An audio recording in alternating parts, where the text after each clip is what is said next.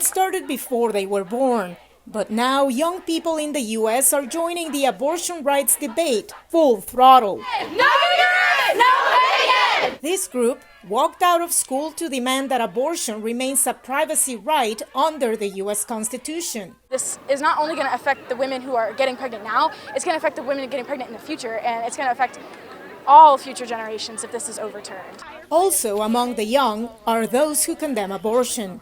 They are energized after a draft Supreme Court opinion leaked to the public, indicating that the landmark 1973 ruling making abortion legal is in jeopardy.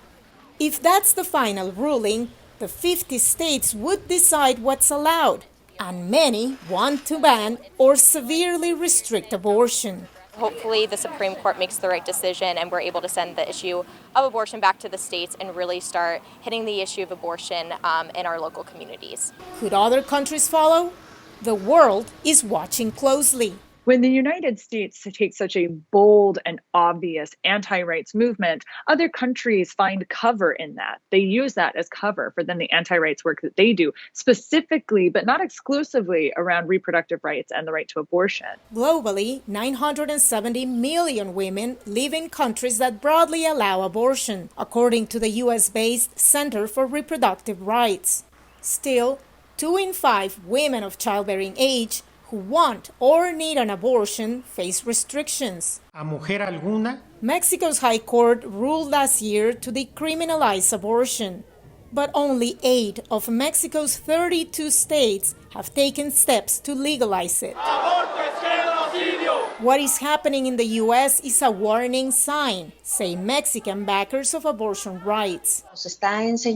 What the U.S. is teaching us is that our rights are always at risk, given that political environments could change. Anti-rights groups are always trying to come up with strategies to block access to women's rights. In Geneva, Switzerland, reproductive rights advocates aren't too worried about repercussions in Europe, where abortion is broadly permitted. Poland, Malta, Liechtenstein, Andorra, and Monaco are the 5 countries in Europe that still retain what we call highly restrictive abortion laws. My view is that the trend will remain overwhelmingly positive in terms of moving to recognition of abortion as essential health care. In Africa, only a few countries allow abortion upon request. One is South Africa, which legalized abortion in 1996. But opposition to reproductive rights could grow there with a U.S. reversal. In some of our facilities, there are people outside protesting, trying to prohibit the women from going into our facilities. The more that it is reversed in other countries, then the same will apply in South Africa, because people will just become bolder. The World Health Organization says restricting abortion doesn't stop it, and that 23,000 women die each year from complications after unsafe abortions.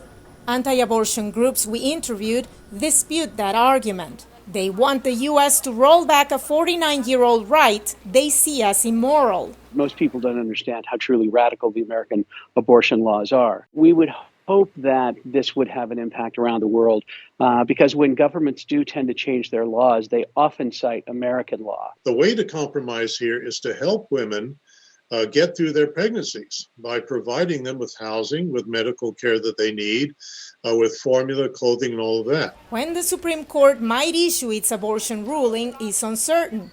But when it does, the shockwaves could surge far beyond U.S. shores. Veronica Balderas Iglesias for VOA News, Washington.